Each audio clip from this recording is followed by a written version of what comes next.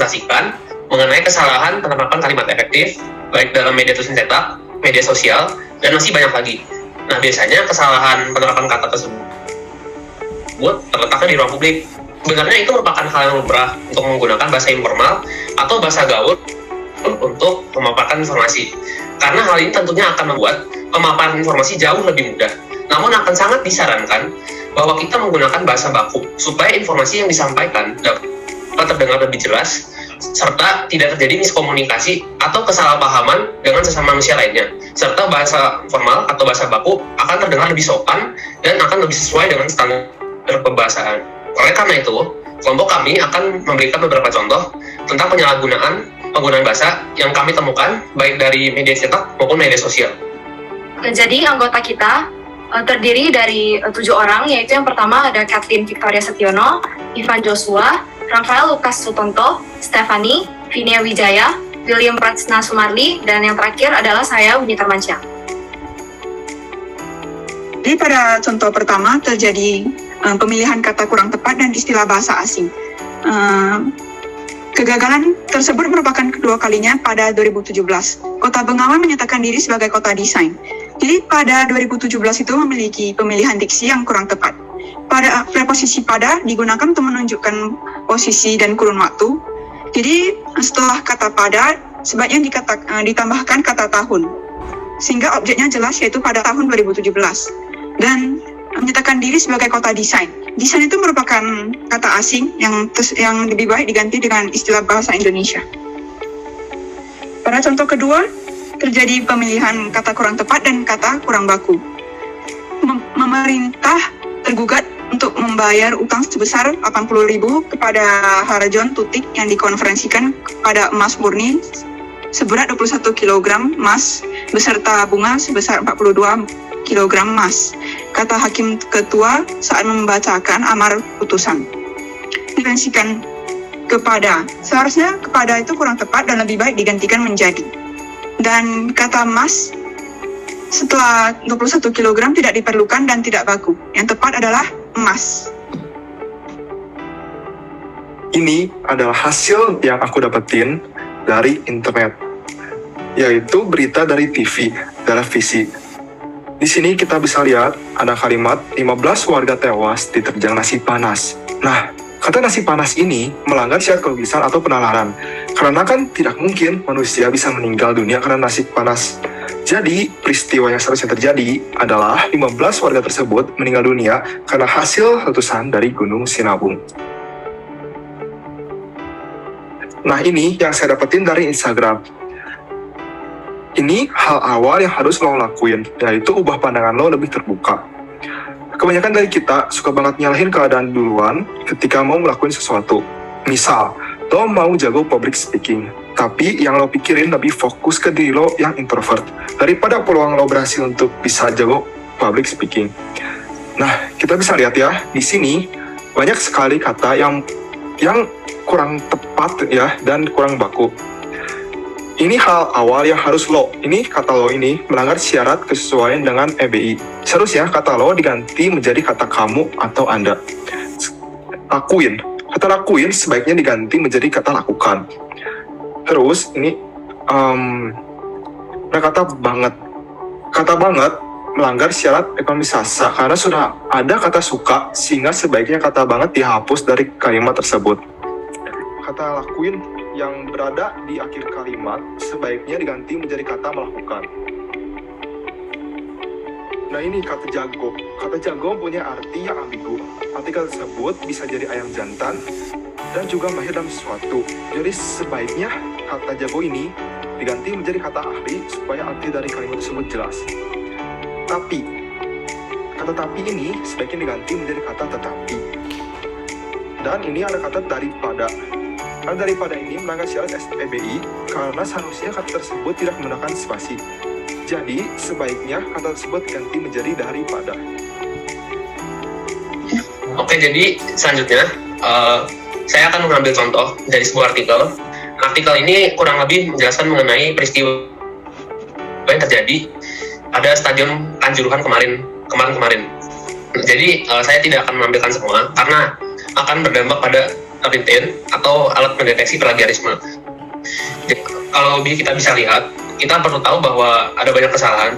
Seperti misalnya kesalahan pertama dari artikel tersebut berawal dari kalimat yang pertama yang berbunyi Sabtu 1 Oktober 2020 pada pukul 20.20 waktu Indonesia Barat di Stadion Kanjuruhan, Malang, Jawa Timur menggunakan penulisan yang kurang tepat dan itu tidak sesuai pada standar EBI. Nah, hal ini dikarenakan bahwa urutan waktu yang digunakan tersebut tidak tepat.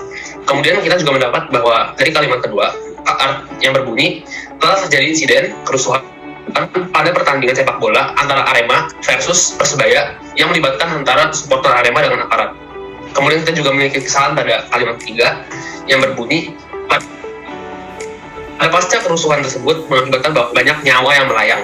Sekitar 129 orang meninggal pada pasca kerusuhan di Stadion Kanjuruhan.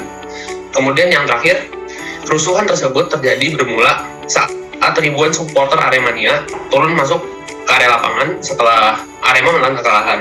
Pemain Persebaya langsung kemudian meninggalkan lapangan dan meninggalkan Stadion Kanjuruhan menggunakan 4 mobil barakuda.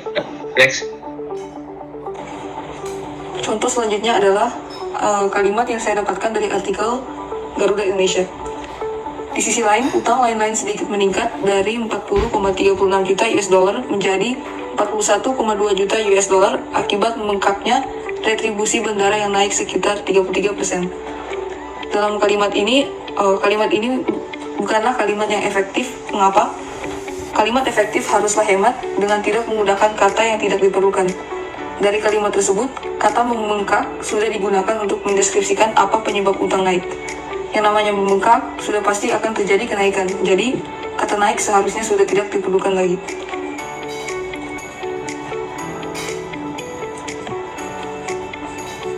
Contoh kedua yang saya dapatkan di artikel yang sama adalah mengutip laporan keuangan yang berakhir pada 30 Juni 2022 dan telah diaudit, utang usaha GIAA tercatat turun drastis menjadi 689,59 juta US dollar pada semester kuartal pertama dari sebelumnya senilai 1,20 miliar US dollar.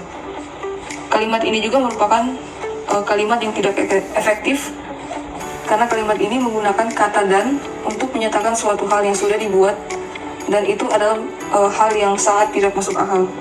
Kata yang tepat untuk digunakan adalah yang, dengan menggantinya kalimat tersebut menjadi lebih jelas untuk dimengerti. Jadi kali ini saya mendapatkan materi ini dari suatu platform media sosial yang berisi tentang kata atau kata-kata yang kurang baku untuk dipost ke sosial media. Jadi bisa dilihat dari platform ini, dia mengatakan beberapa kata yang kurang baku dan pembahasannya adalah berbicaralah jika memiliki mulut, tamparlah jika memiliki tangan. Itu semacam perbaikan dari kata-kata yang kurang baku. Menurut saya itu perbaikannya karena banyak masyarakat masa kini kan belajar mulai dari masa kecil itu membuka media sosial untuk belajar dan juga itu pentingnya kayak untuk diperiksa kembali kata-kata yang ingin diposting sebelum diunggah ke media sosial. Karena banyak anak kecil yang sudah mulai melihat dan juga belajar seperti di sekolah. Sekarang juga banyak sekali yang menggunakan platform-platform yang untuk mencari sumber dan narasumber lainnya untuk dipelajari dan juga diperbaiki. Makanya itu sangat penting untuk dicek kembali. Jangan seperti kalian mengunggah kata-kata yang salah untuk dimengerti orang-orang. Jadi ini adalah hasil survei angket yang telah kelompok kami sebarkan mengenai pengetahuan masyarakat terhadap penggunaan kalimat efektif dan pentingnya penerapan kalimat efektif dalam media publik. Jadi hasilnya kita mendapatkan 80 jawaban dan hal pertama yang kita bahas adalah bagaimana kriteria yang harus dimiliki oleh suatu kalimat agar dapat dikatakan sebagai kalimat efektif. Nah, dari jawaban yang diberikan oleh para responden, kita bisa lihat di sini. Yang pertama adalah harus tertera agar tidak membingungkan, ada unsur subjek dan predikat, kalimat yang mudah dipahami oleh audiens. Dalam membangun kalimat efektif, perlu memenuhi beberapa kriteria penulisan, yaitu memiliki subjek dan predikat, struktur yang jelas, tidak menerapkan subjek ganda, tidak ada pengulangan subjek, dan sebagainya. Kalimat yang mengikuti aturan tanda baca dan tidak ada pemborosan kata. Paling utama adalah sebuah kalimat harus menggunakan kata baku sesuai dengan KBBI. Kata-kata yang digunakan tidak repetitif dan mudah dipahami, dan yang terakhir menggunakan kata dengan hemat. Sebenarnya masih banyak sekali jawaban yang diberikan oleh responden, namun kita akan membahas secara singkat. Di sini kita bisa lihat para responden mengetahui kriteria yang harus dimiliki oleh suatu kalimat agar dapat dikatakan sebagai kalimat efektif. Next. Nah, berdasarkan hasil angket tersebut, mayoritas adalah di angka umur 13-20. Kita memiliki 5 kategori dari umur responden. Kemudian, mengenai mengetahui perihal keberadaan kalimat efektif dalam tata bahasa Indonesia. Jawaban persentase yang terbanyak adalah ya, mereka mengetahui tetapi tidak menerapkan penggunaan kalimat efektif ke dalam kehidupan sehari-hari. Seperti yang telah kita jalani bahwa ketika kita berkomunikasi dengan sesama kita mungkin belum menggunakan kalimat efektif. Karena seperti yang kita tahu banyak sekali peningkatan kata sehingga ketika kita berkomunikasi tidak selalu menggunakan kata baku. Next. Nah, apakah penggunaan kalimat efektif itu penting? Jawaban mayoritas responden adalah penting dan netral. Dalam media informatika, menurut Anda apakah bahaya paling besar yang dapat ditimbulkan dari kalimat non efektif? Mayoritas menjawab ambiguitas, yaitu apa yang disampaikan informan memiliki multitafsir. Sebenarnya keempat ini benar, namun para responden menjawab ambiguitas multitafsir itu sebagai jawaban. Tetapi semua dari empat karakter ini itu benar.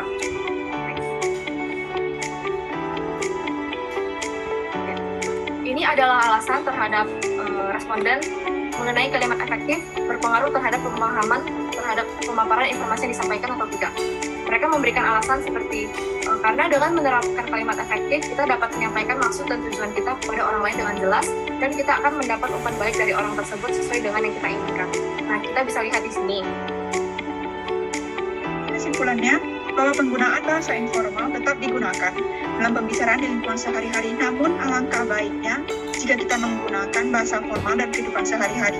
Karena hal tersebut sesuai dengan standar kebahasaan, serta akan terdengar lebih profesional bila digunakan dalam lingkup ruang kehidupan. Sekian pembahasan kami, terima kasih. Terima kasih. Terima kasih.